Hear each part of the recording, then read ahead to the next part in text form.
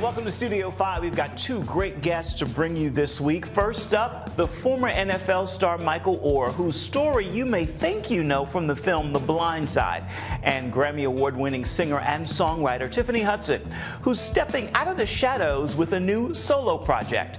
But first, let's get right to the countdown of the top 5 stories in the world of uplifting entertainment. Here are the first 2. At number 5. We have a motto here, and that's God, family, football. A first look at a new docuseries from executive producer and NFL star Russell Wilson. After Evangel's worst season in history, famed head coach Denny Duran returns. Everybody is wondering, can he win a state title? It follows a former football player, coach, and pastor coming out of a 30-year retirement to lead the high school football program he started. This year, we're ready to win it all. We're going to shock the world. The Eagles not looking good so far in this game. Everybody's figured out the game plan. He's going to just throw it to his brother all day. That can't work every single time. God Family Football premieres on Freevee September 1st. You can't turn on each other now. You understand? This is what it almost feels like. Do you ever want to feel this feeling again? Sorry. Then let's go to work. At number 4. Simone Biles back in action. The most decorated gymnast in U.S. history has returned to competition for the first time since pulling out of the 2021 Olympics to focus on her mental health. Look at her there. I think the night went really well. It's kind of what we practiced in the gym, and we had a mock meet Saturday. I went to camp just recently, so everything has fallen into place. I feel really good about where I am right now, mentally and physically. Now, Simone the GOAT Biles is back on the beams. I wouldn't be surprised at all to see Simone Biles at the Paris Olympic Games in less than a year. Right now, I think I should just embrace what happened today, be happy.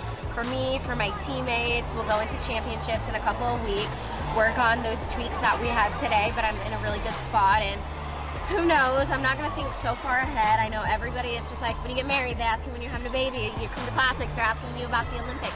I think we're just trying to take it one step at a time, and we'll see. And now to the big story of this week. Most of the world fell in love with Michael Oher when they learned of his story in the hit film The Blind Side. In case you missed it, his journey took him from homeless to All-American footballer. In his new book, he's sharing lessons learned from a lifetime of adversity. Hit when he threw it, and Michael Oher, the rookie right tackle, caught it. Michael Oher beat the odds, rising from homeless on the streets of Memphis to enjoying 8 seasons in the NFL as an offensive tackle for the Baltimore Ravens, the Tennessee Titans, and the Carolina Panthers, until injury sidelined his football career in 2016. Is it safe to say you're still a newlywed? Sure, yeah, no, most definitely. Still going through those stages and phases and still enjoying it, so having fun. After 17 years of dating, Oher married his Ole Miss college sweetheart and mother of his 4 children less than a year ago. Long-time love, what made you walk down the aisle? You know, for me, just thinking, when I think back on everything, it's thinking now a healing process. I didn't grow up around marriage. I didn't grow up around anyone to have those vows and to teach me what it's like to be a father, a future husband. So it's learning and healing too for me. I'm just now becoming who I was a long time ago and getting back to that person. It's more to the story. With a father lost to the prison system and a mother lost to drugs, Oher's orphan story is one many think they know. You remember a story in the papers a while back about a man who fell off an overpass? No one knew who he was. They didn't know if he jumped or if... anyway, he passed away. Mike, that man was your father. From the Academy Award-winning 2009 film, The Blind Side, inspired by Oher's life.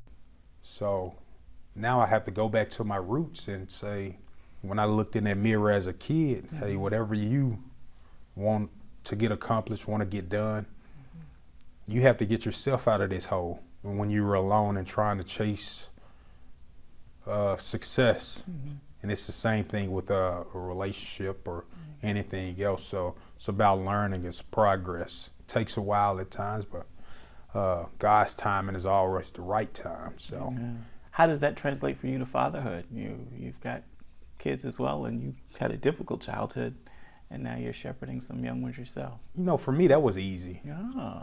I've always wanted that, and I knew what I wanted. I was going to do the total opposite of the things that I had to go through as a kid. You know, I wanted to be there for my kids. It's the greatest thing, joy in the world for me. Nothing's better. So just to know someone's counting on you and you have to be there, you're mentoring, you're laying that foundation. I mean, I get mad at fathers that's not involved. Understood. I can't stand it. For Michael Oher, fatherhood and life after football is about leaving a legacy. Now you have a new book, When Your Back's Against the Wall. This is the second book for you? Yes. What made you want to pen this book? When I started this journey a long time ago, I was just chasing to be comfortable after I was done with football. My back was against the wall all my life. From the time I was 3 years old, my first memory is being homeless. 3 to 10, I was in and out of foster care, shelters, on the streets. I have a sense of duty to the other young kids out there like myself that's growing up, and I'll be letting generation after generation down if I don't get out here, continue to spread my message and let them know that you can be successful coming from where I came from in whatever situation that you're in. My back has been against the wall all my life, from 3 years old to when I was my last year in the NFL. I wanted a different narrative for myself. Where does faith for you come in? Faith is, when I think about it, I thought about it earlier. I didn't know you was going to ask the question. I thought about it earlier that when you're alone a lot, I was praying. I was just praying for things at that time. I didn't have. I didn't know anything about. I knew God. We went to church and stuff, but I didn't know the details. So I'm just praying to get out this situation and praying for things, praying for meals, praying for homes, praying for anything better than what I was in at the time. You don't have anything at that age. For me, I'm by myself. I understand that it was a higher power. And I believe wholeheartedly in God, and understand that, you know, when I pray, you're thinking about somebody you hadn't talked to in 5 years, and they text you the next minute. I mean, Jesus, I mean, stuff is real, you know, so. And that very real Jesus is the inspiration behind Oher's latest project. And you have a foundation doing the work to inspire other young people like who face what you face. That it is. It's a great feeling. I want the smartest kid, want the most talented athletically, but I just wanted it, and I was disciplined and consistent. Just to sit down and actually meet someone like me, it was the most inspiring thing ever. I'm like, man, I leave out, I have to get to work because I want to save all these kids. Oh, beautiful. I want all of them to come through my foundation. Michael Oher's book, When Your Back is Against the Wall, is available now wherever books are sold. It's also available on audiobook. Still to come. I'm gonna break the bottle. I'm gonna pour it all out. The solo spotlight on singer and songwriter Tiffany Hudson. I felt like my time with the Lord had just begun to be such a download of things He was speaking to me, themes He was putting on my heart. She's with us next. At number 3. I'm Nan Gurley, and I play Corey Ten Boom. My name is Matt Logan, and I am the director and designer of the stage play. My name is Pete Peterson. I am the writer of the stage play and the producer of the film The Hiding Place. Oh, my dear Cornelia Arnolda Johanna Ten Boom. My little Corey. And Corrie ten Boom's theatrical story is getting an extended play. High ticket demand in its initial run has theaters bringing it back today and likely running through the beginning of next week. We were watch keepers. We kept our watches. We kept watch. At number 2. This house has a very good vibe. Jesus Revolution was a big success in theaters when it was released back in February in movie theaters, pulling in some $52 million. Well, now it is a hit again, this time on Netflix. The movie reached number 4 on the popular streaming service last week, just 2 days after it debuted on the platform. You're gonna need a bigger church. Countdown side note, Jesus Revolution and Chosen star Jonathan Rumi has another talent. That's Jesus on the drum, sharing on Instagram. What a gas. Never could I have imagined that my first live return to the stage as a musician would be as a guest in front of something like 60,000 people in a stadium with my buddy, Matt Maher. We have one more story to share in this week's countdown that is coming up in just a few. Our next guest is a familiar face and voice from the Grammy Award-winning group Elevation Worship. Now, Tiffany Hudson has embarked on a new solo career. Her debut album is called Hidden Here, and it's the start of a career for the Grammy Award-winning artist that she actually never planned to pursue. Everybody wants to be seen. Everybody wants a higher place. The project is called Hidden Here. Actually, this project was nameless for a long time. Everybody really happy. Could it be that there's a better way? I couldn't figure out what would encapsulate maybe the heart of this project. And I was actually at dinner with my sister, and she kind of brought up, you should call it Hidden Here. What's hidden here is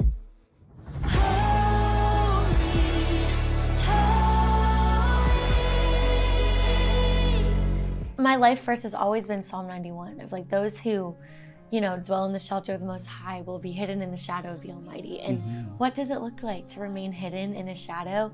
And so that theme of being hidden here, hidden in the presence of God, hidden in the secret place with Him, is just kind of a thread that's themed throughout a lot of the songs. And so I felt like it really painted this beautiful picture of what I wanted to be coming across in these songs. You had no plans of doing a solo project? That's correct. Yeah, I really just never had it in my heart, never was a desire to do my own project or to write my own songs necessarily, but just felt like the Lord had invited me into this process. It was early 2022 where I felt like I started to sit at the piano and started to write songs that maybe didn't feel exactly like what we would sing on a Sunday morning at Elevation. It felt more like me. It felt more like a personal, devotional type of song that I would want to say to the Lord. And so felt like He just began to invite me into this process, and so thankful to my church and the house that I'm a part of that kind of gave me the ability to say, let's chase after this. Let's see what the Lord wants to do through these songs. So to offer every day I live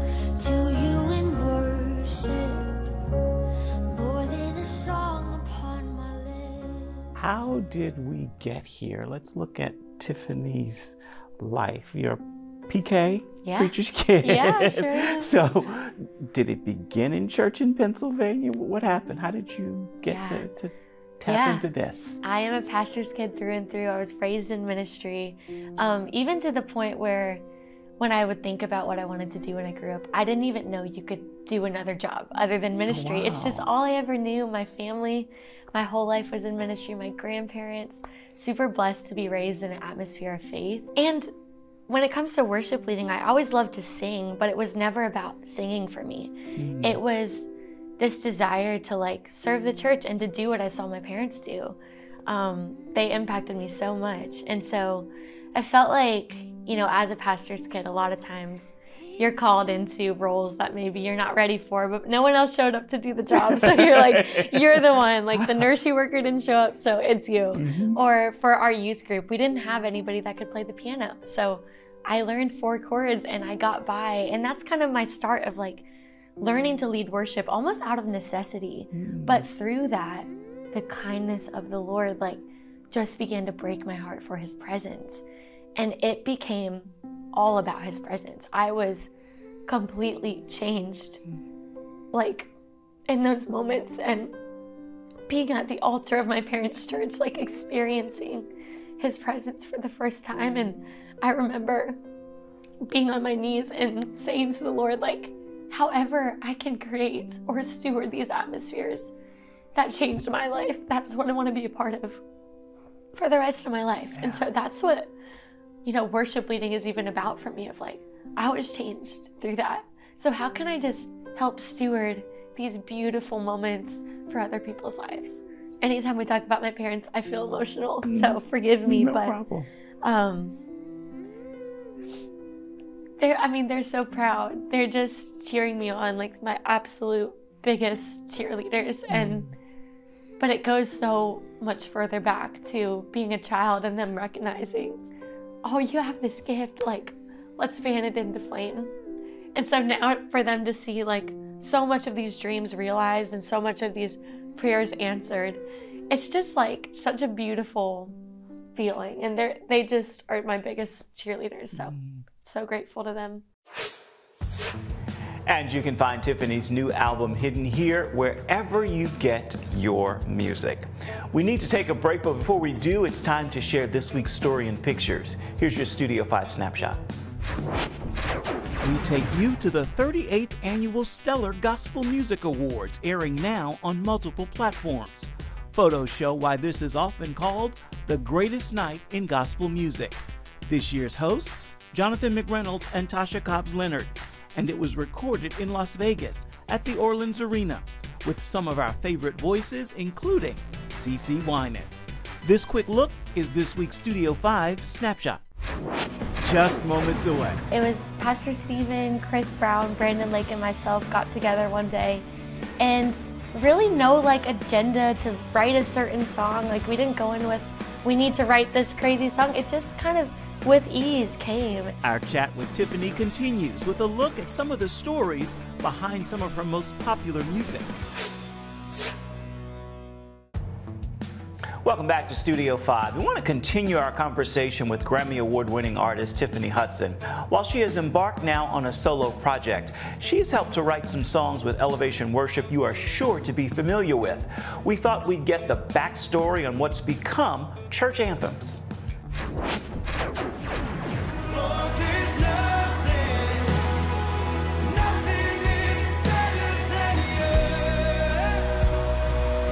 Now, there are some songs that you are certainly known for. So let me give you at least 3 of them here, and you can give me the story behind it or your connection to it. Sure. First one I'm thinking of is one that when I first heard it, I think I played it 15 times on the plane, and I know people looking thought I was crazy.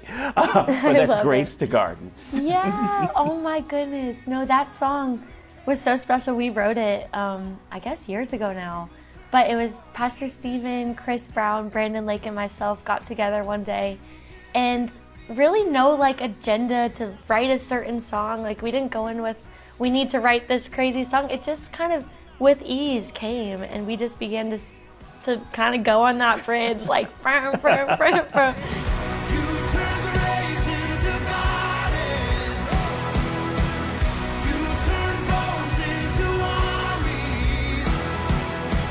Every night, it's such a powerful thing to say. You turn graves into gardens. And so yeah, that one's super, super special.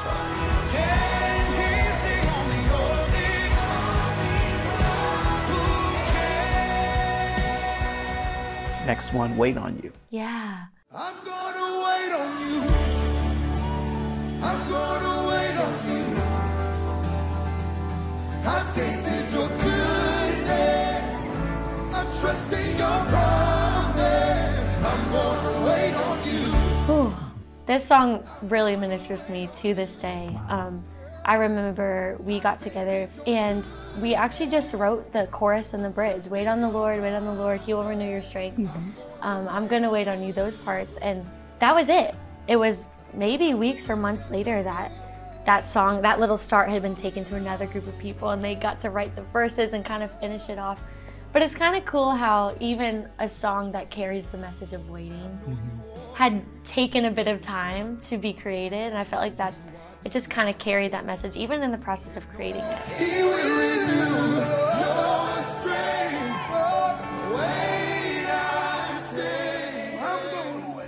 Last one for you.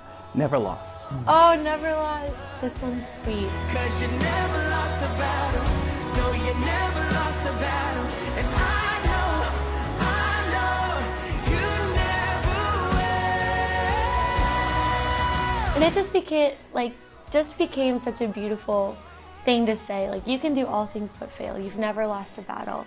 And you know, shortly after that, we sang it in church, and just to see our church receive it so well was really cool.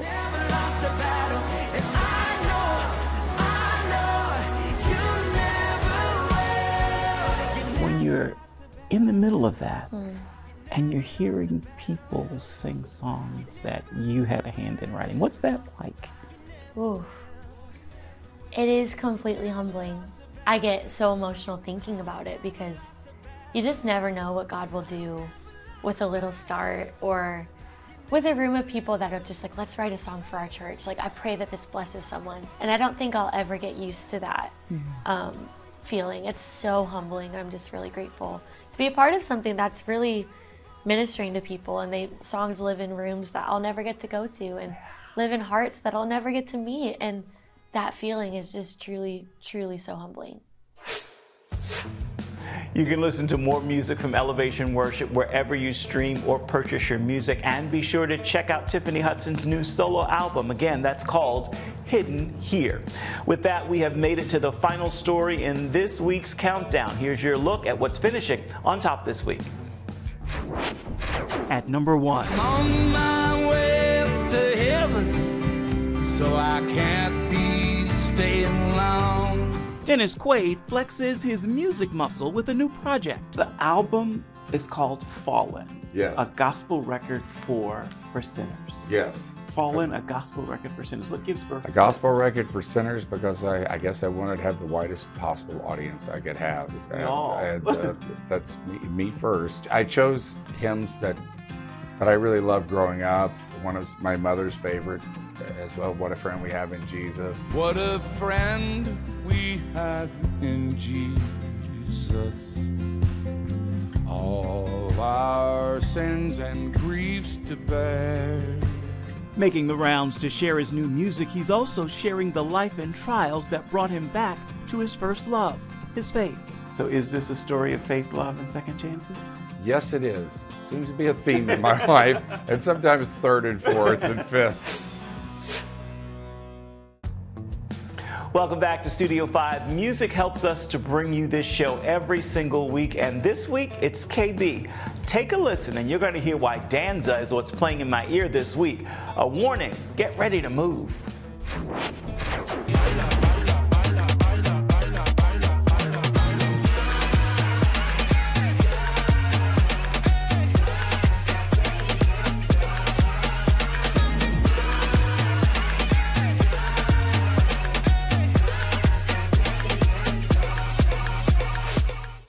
I Can Dance. On that musical note, we are just about out of time for this week's edition of Studio 5, so this is a great time to take a look ahead and share a story we're working to bring you come next week.